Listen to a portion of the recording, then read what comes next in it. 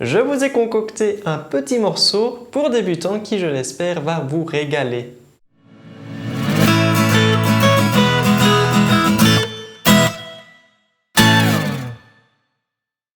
Salut à tous, c'est Robin Meis. Je vous propose dans cette vidéo une petite composition destinée aux guitaristes débutants. Ce morceau, je l'ai intitulé Régalade. Il a comme difficulté de jouer la partie de la mélodie en deuxième position et septième position, ainsi que de jouer des basses en cordes à vide en même temps que la mélodie. C'est donc assez léger au niveau de la main sur le manche, mais ça demande un peu de connaissance des notes, ainsi que de savoir pincer une basse en même temps qu'une corde aiguë à la main droite. Pour une petite explication du titre, j'avais envie de commencer le morceau par les basses Ré et La, donc la quatrième corde et la cinquième corde. Et donc l'idée était d'inclure ces deux syllabes, Ré, La, dans le titre, Régalade. Je vais jouer le morceau en entier avec partition et tablature à l'écran.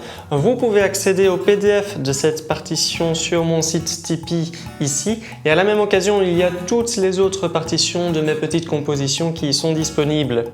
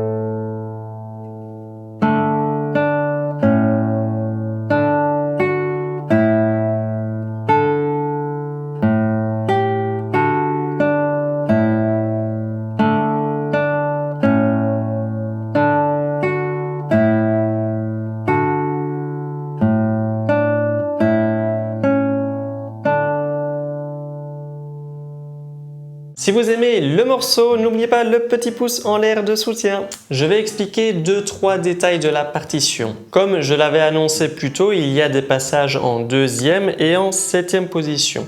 Cela veut dire qu'en deuxième position, les 4 doigts de la main sur le manche recouvrent les cases 2, 3, 4 et 5, alors qu'en septième position, les doigts recouvrent les cases 7, 8, 9 et 10. Sur la partition, vous pouvez repérer ces changements de position grâce aux chiffres romains. Et donc faites attention aux mesures 13 et 14.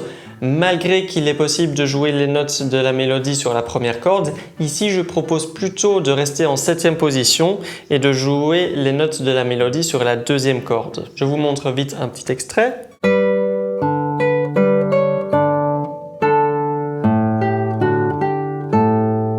Au lieu de...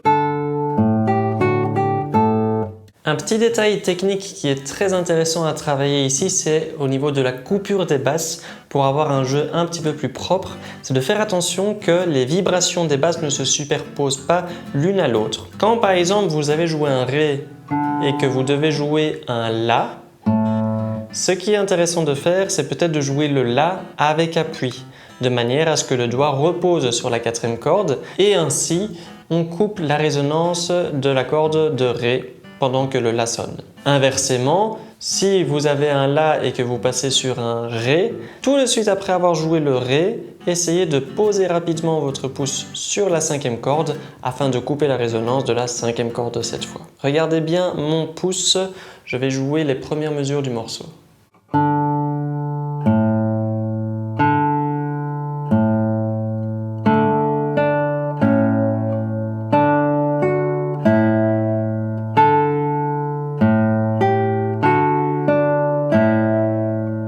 Si vous voulez un petit plan de travail au niveau de la structure du morceau, on a les 2 premières mesures qui sont une simple petite introduction. De la mesure 3 à la mesure 10, c'est la partie A. De la mesure 11 à la mesure 18, c'est la partie B. Et de la mesure 19 à la fin, on reprend exactement la même partie A. Vous allez remarquer que pour les dernières vidéos que j'ai sorties cet été, il y avait beaucoup de formats où je jouais un morceau pour le présenter et ensuite je le jouais plus lentement avec partition et tablature et tout ça sans blabla.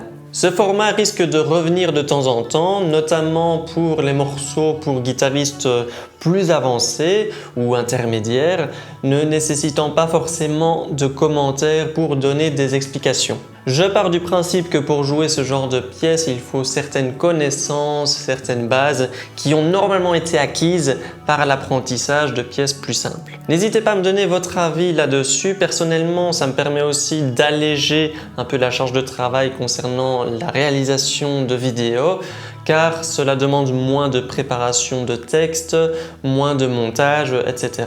C'est terminé pour le tutoriel. Petit pouce en l'air si vous avez aimé, abonnez-vous pour suivre mon contenu et on se voit dans une prochaine vidéo.